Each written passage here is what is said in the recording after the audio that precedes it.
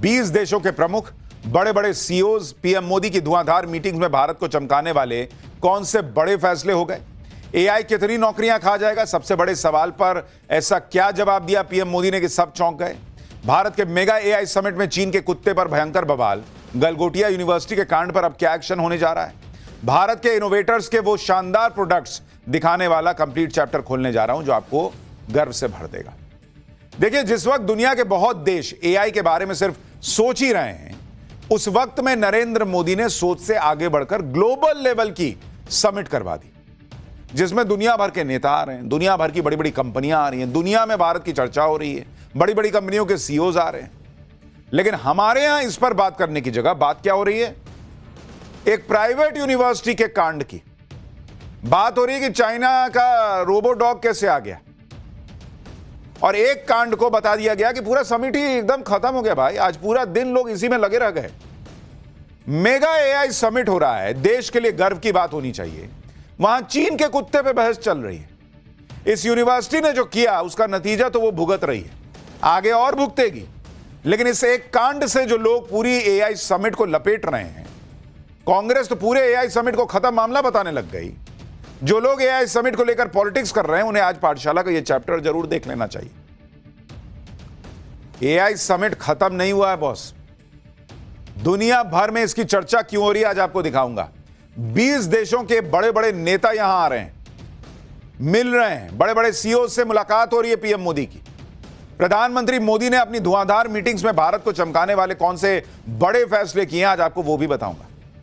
मोदी की AI summit को कैसे दुनिया एक बड़ी पहल और बड़ा अचीवमेंट मान रही है, आज आपको सुनना चाहिए, क्योंकि यहां तो खाली गलगोटिया यूनिवर्सिटी के कांड के अलावा जैसे कुछ हुआ ही नहीं, ऐसा लग रहा है। सिर्फ एक कंट्रोवर्सी को दिखाकर भारत के इनोवेटर्स की क्षमता पर जो लोग डाउट कर रहे हैं, उनके डाउट आज मैं क्लियर करूंगा।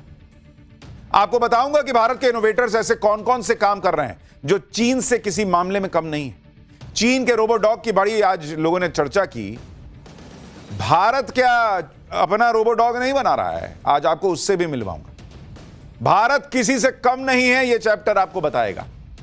लेकिन पहले आप देखिए कि भारत की एआई समिट को लेकर 2 दिन से जो माहौल बनाया जा रहा था, उस माहौल को कैसे पीएम मोदी ने एक झटके में आज बदल दिया। उसकी एक झलक।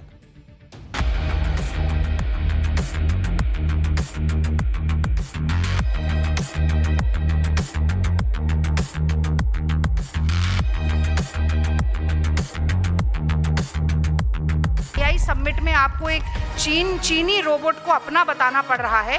ये मुझे लगता है इससे बुरी परिस्थिति तो आज़ाद भारत में हमारे हिंदुस्तान की कभी नहीं हुई। हमने ये कभी क्लेम नहीं किया कि हमने कुछ मैन्युफैक्चर किया है जो हमने नहीं किया। एआई समिट को लेकर एक तरफ अचीवमेंट्स हैं, दूसरी तरफ कंट्रोवर्सी है। एक तरफ सवाल और बवाल है, दूसरी तरफ नरेंद्र मोदी ने जो किया वो कमाल है। लेकिन आप इस बात को भी समझिए कि कोई एक कंट्रोवर्सी इतनी बड़ी अचीवमेंट को कम कर सकती है क्या? अगर आपके दिल में अपने देश के प्रति जो गर्व का भाव होना चाहिए वो नहीं है, तभी आपको लगेगा कि एआई समिट खराब हो गई। एआई समिट को लेकर चाइनीज रोबोडॉग और एक प्राइवेट यूनिवर्सिटी की जो कंट्रोवर्सी हुई, उसके बारे में आगे बताऊंगा। लेकिन पहले अचीवमेंट की बात करना जरूरी है बॉस, क्योंकि नरेंद्र मोदी की एआई समिट ऐसी है, भारत की एआई समिट ऐसी है जिसकी बात पूरी दुनिया में हो रही है। यह दुनिया में ग्लोबल साउथ को लेकर भारत की लीडरशिप दिखा रहा है। लोग लगे पड़े हैं चाइनीज कुत्ते के पीछे। अरे पहले भारत जो अचीव कर रहा है वो देखो ना यार।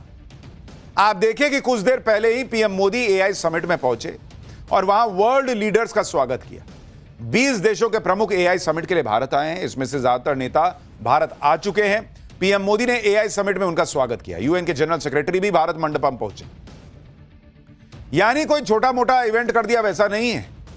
दुनिया को नरेंद्र मोदी ये दिखा रहे हैं कि भारत जो चीजें कर रहा है वो किस बड़े स्केल पर करता है। बड़े बड़े नेता एआई समिट में आ चुके हैं, बड़ी बड़ी कंपनियों के सीईओ इसके लिए आए हुए हैं। आज पीएम मोदी ने गूगल के सीईओ सुंदर पिचाई से भी मुलाकात की है। तस्वीरें आप देखिए।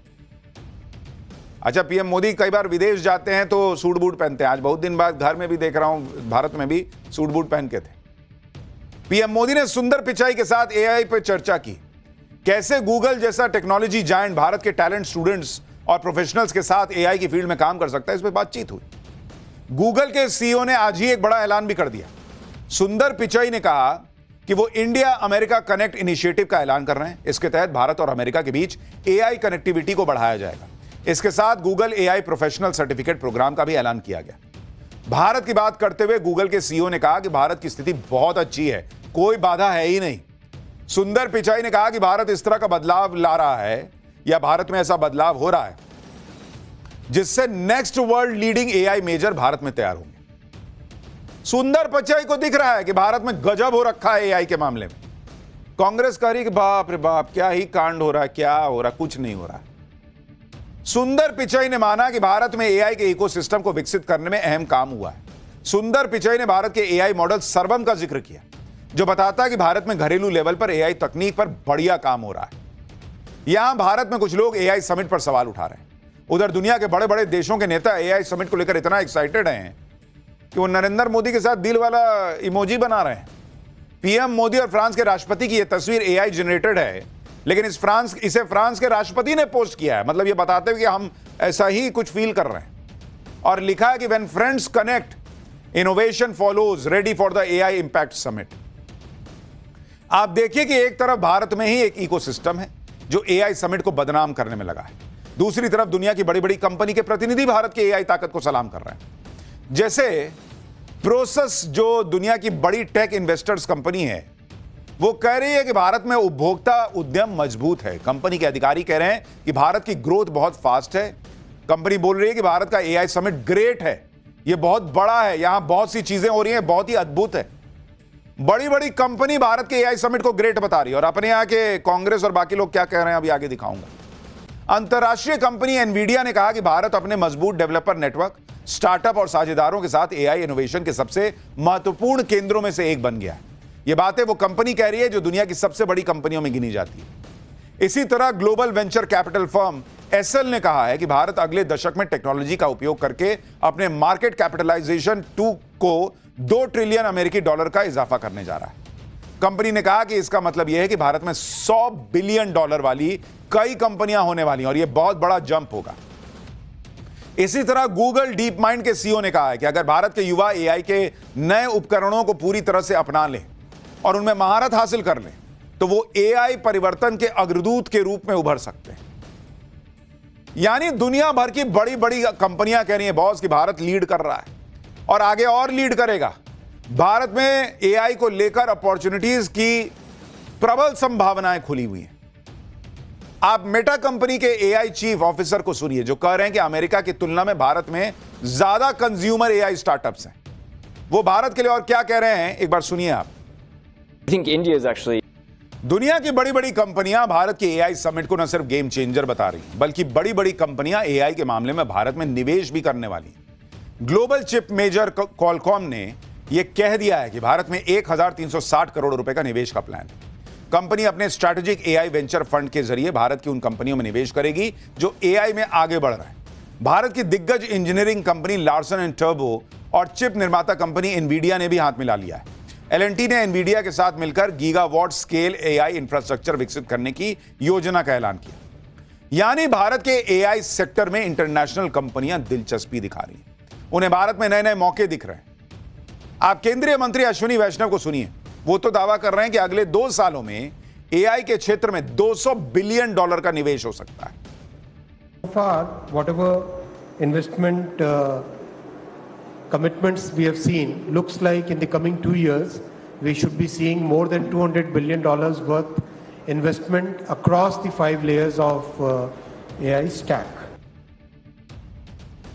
भारत में होने वाले एआई समिट की चर्चा पूरी दुनिया में हो रही है, क्योंकि ये एआई समिट ग्लोबल साउथ की आवाज बन रहा है। एआई को लेकर पीएम मोदी का क्या विजन है, वो पीएम मोदी ने खुद बताया। एक न्यूज एजेंसी को दिए इंटरव्यू में पीएम मोदी ने कहा कि आत्मनिर्भर भारत में एआई के लिए उनका विजन 3 पिलर पर टिका है: संप्रभुता, समावेशिता और इनोवेशन।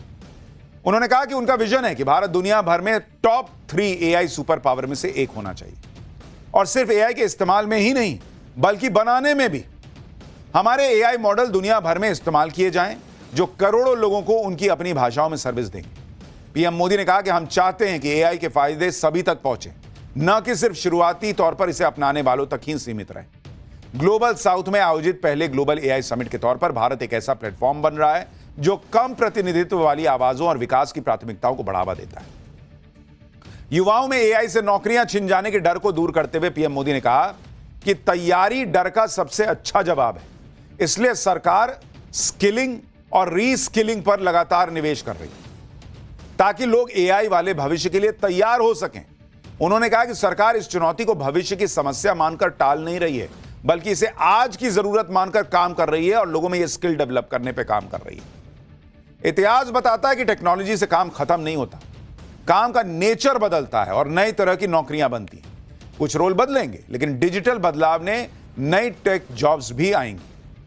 यानी एआई सबकी नौकरियां खा जाएगा, उस डर को भी पीएम मोदी ने दूर किया कि अरे नहीं बॉस, आप खुद को अपग्रेड कीजिए और अगर टेक्नोलॉजी आएगी तो दूसरे तरह की नौकरियां आएंगी, तो उसके लिए तैयार रहिए।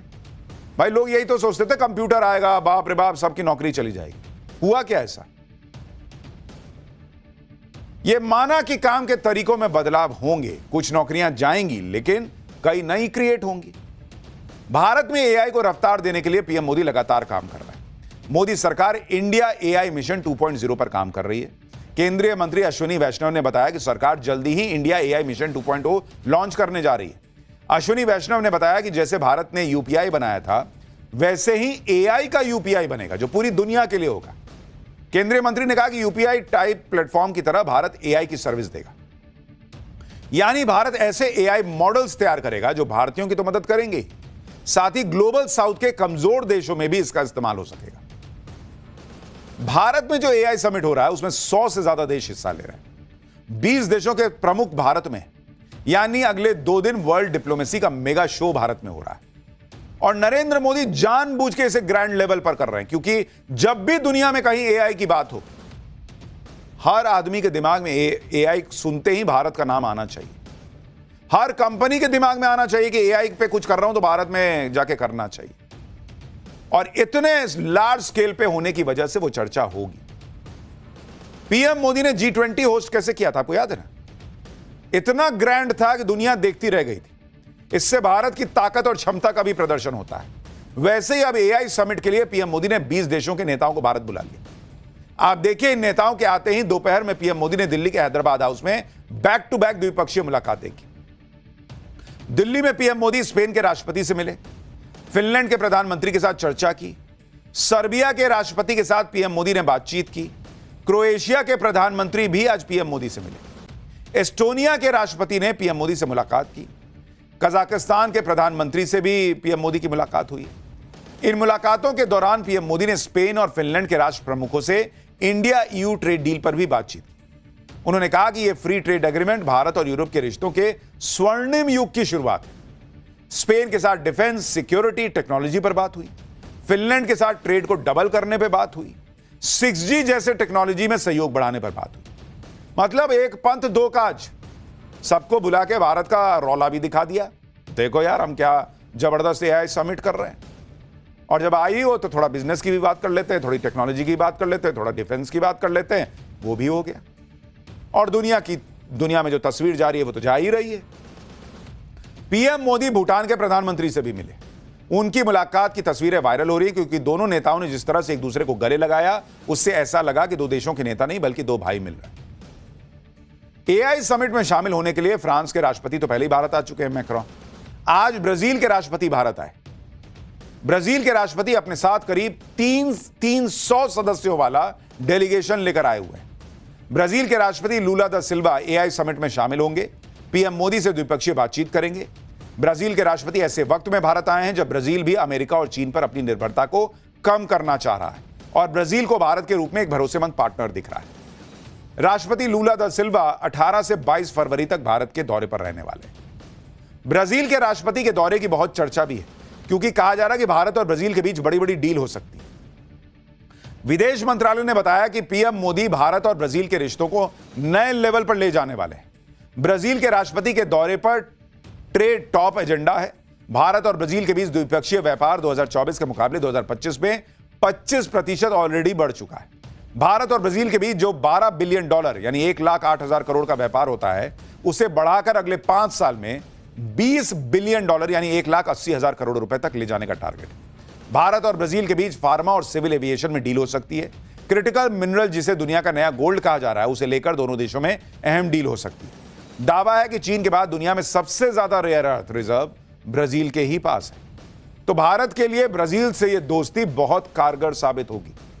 इधर दुनिया के बड़े बड़े नेता, सीईओ सब भारत में, वो भारत की एआई ताकत को सलाम ठोक रहे हैं। वो भारत के एआई समिट को देखकर हैरान हो रहे हैं। भारत डील पे डील ठोके जा रहा है। दूसरी तरफ भारत में एक इकोसिस्टम एआई समिट को फ्लॉप बताने में लगा है, वो भी इसलिए क्योंकि एआई समिट में एक यूनिवर्सिटी ने बड़ा कांड कर दिया। दरअसल एआई समिट में गलगोटिया यूनिवर्सिटी के पवेलियन में एक रोबो डॉग दिखाया गया। रोबो डॉग की बड़ी चर्चा होने लगी। यूनिवर्सिटी की तरफ से बताया गया कि यह रोबो डॉग तो उनकी यूनिवर्सिटी ने ही बनाया है। गलगोटिया यूनिवर्सिटी के पवेलियन में मौजूद प्रोफेसर ने रोबोटिक डॉग का नाम भी ओरियन बता दिया और कहा कि हमारे यहां ही डेवलप हुआ है। प्रोफेसर ने कहा कि गलगोटिया यूनिवर्सिटी एआई सेक्टर में 350 करोड़ रुपए का भारी भरकम इन्वेस्टमेंट कर रही है। इस दावे पर बवाल मच गया क्योंकि बाद में सामने आया कि जो रोबो डॉग दिखाया गया था वो यूनिवर्सिटी ने बनाया ही नहीं था। यह भी दावा किया गया कि यह रोबो डॉग तो मेड इन चाइना है और इसे यूनिवर्सिटी ने अपना प्रोडक्ट बता दिया। इस पर गलगोटिया यूनिवर्सिटी तो ट्रोल हुई, साथ ही भारत का एआई समिट निशाने पर आ गया। माहौल बनाया जाने लगा कि भारत के एआई समिट में तो फर्जीवाड़ा चल रहा है। एक स्टॉल पर ऐसा हुआ, एक यूनिवर्सिटी ने ऐसा कांड किया, पूरा एआई समिट इतना भव्य हो रहा है, उस पूरे एआई समिट को ये लोग जो है खराब बताने लगे। कई टेक एक्सपर्ट्स और यूजर्स ने दावा किया कि जिस रोबो डॉग को गलगोटिया यूनिवर्सिटी वाले अपनी क्रिएटिविटी बता रहे थे, वो असल में चाइनीज कंपनी यूनिट्री का रोबो डॉग है। लोगों ने इस रोबो डॉग के मॉडल का नाम भी बता दिया। दावा किया गया कि यूनिट्री के रोबो डॉग का GO2 मॉडल है, जो खुले बाजार में और ऑनलाइन प्लेटफॉर्म पर 2 से 3 लाख रुपए में आसानी से खरीदने पे मिल जाता है। इसके बाद गलगोटिया यूनिवर्सिटी का ड्रोन शॉकर भी विवादों में आ गया। इस ड्रोन को भी यूनिवर्सिटी ने अपनी खोज बता दिया था। दावा किया कि इंडिया का पहला ड्रोन शॉकर एरिना है, लेकिन यूनिवर्सिटी का यह दावा भी झूठा निकला। कई लोगों ने बताया कि असल में यह कोरिया का ड्रोन है। लोगों ने इस ड्रोन के मॉडल का नाम भी बता दिया, स्ट्राइकर V3 ARF। दावा किया गया कि मार्केट में इसकी कीमत 40,000 रुपए, लेकिन यूनिवर्सिटी ने दावा ठोक दिया था कि हम ही बनाए बे किए हैं। जब गलगोटिया यूनिवर्सिटी के दावे एक्सपोज होने लगे तो उनके लोगों को समझ में नहीं आया कि अब क्या करें, तो कांड हो गया। इसी चक्कर में बयान पर बयान बदलते रहे। सीधे माफी मांगनी चाहिए था ना जी, तो थेथराई करने लगे। माफी मांगने की जगह इधर उधर की बात करने लगे। कभी मीडिया पर कंट्रोवर्सी क्रिएट करने को लेकर सवाल खड़े करने लगे, कभी समझ का फेर बता दिया। ये लोग दावा करने लगे कि उन्होंने तो चाइनीज रोबो डॉग को अपना बताया ही नहीं था। सुनिए एक बार। मैं जो कहना चाहती हूँ वो शायद मैं बहुत अच्छे से कह नहीं पाई, समय के अभाव के कारण या आसपास के बज़ और शोर के कारण, और आप जो समझना चाहते हैं शायद आपने उसमें पूरा धैर्य नहीं दिया उसको ठीक तरह से समझने का। हमने ये कभी क्लेम नहीं किया कि हमने कुछ मैन्युफैक्चर किया है, जो हमने नहीं किया। प्रोफेसर नेहा, कल हमने देखा था कि वो डॉग का ही video, the whole focus was on that dog. आपने डेवलप शब्द का भी यूज किया था। तो डेवलपमेंट का मतलब किसी चीज को डिजाइन और मैन्युफैक्चर करना नहीं होता है।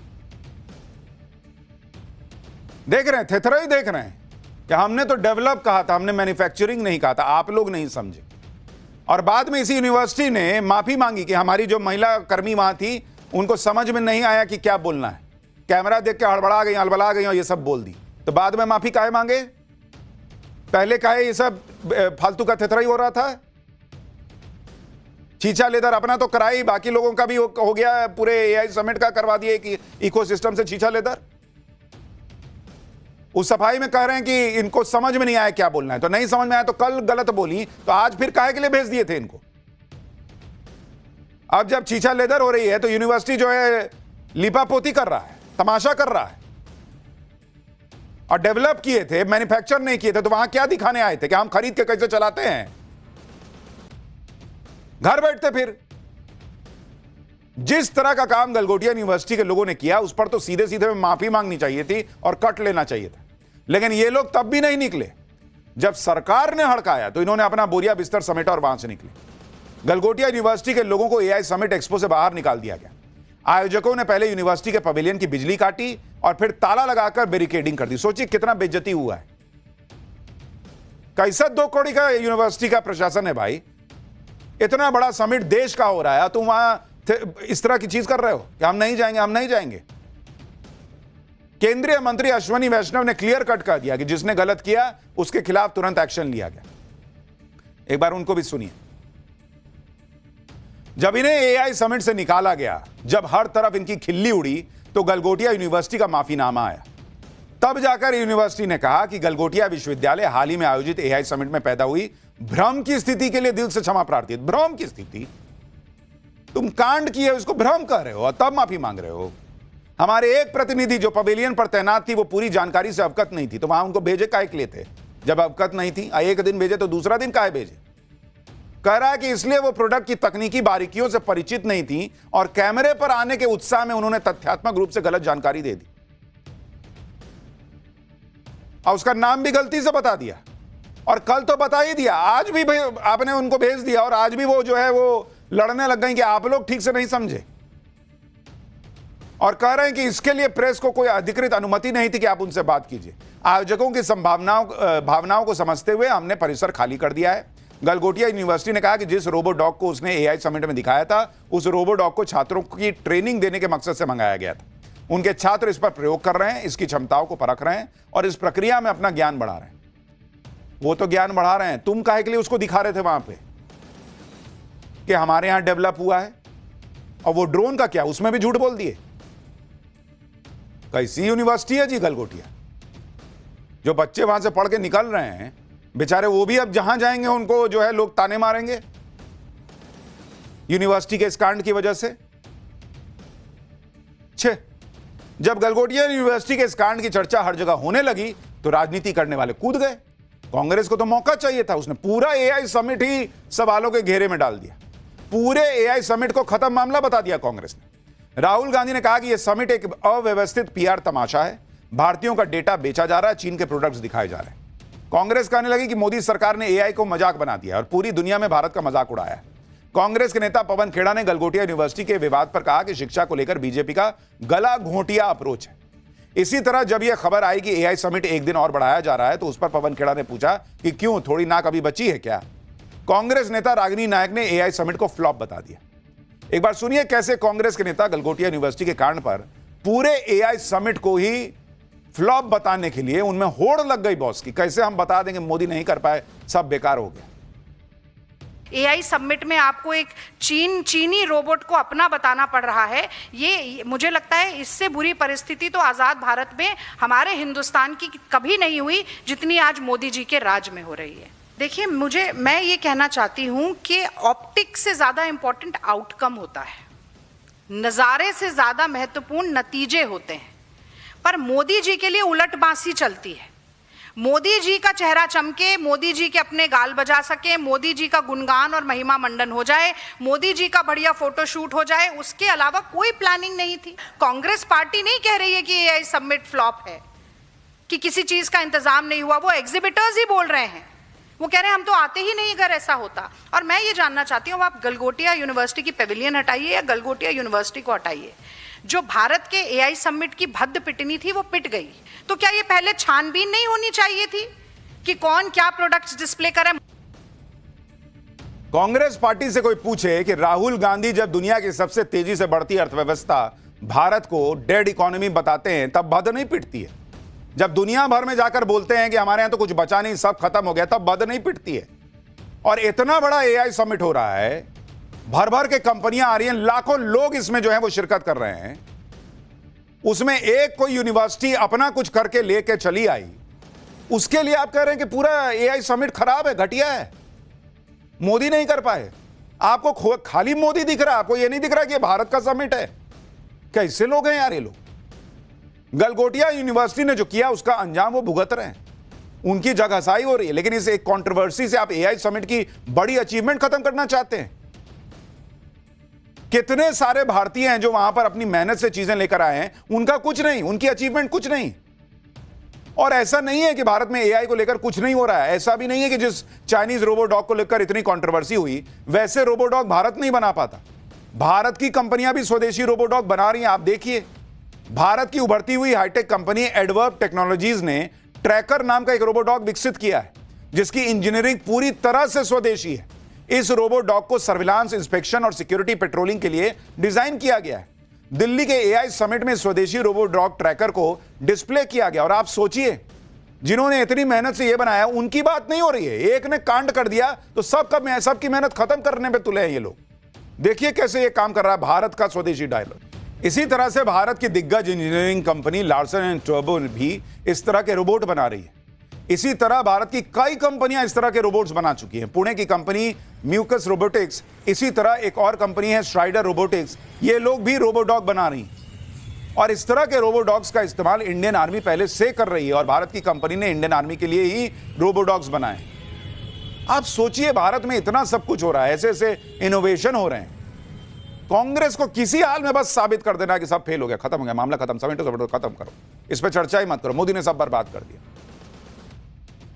उनके लिए तेजी से बढ़ती अर्थव्यवस्था भी उनको डेड दिखती है और जिस एआई समिट की दुनिया में चर्चा है वो भी डेड दिखता है। पॉलिटिक्स में उनकी हालत कैसी है मैं क्या बताऊं, आपको पता ही है।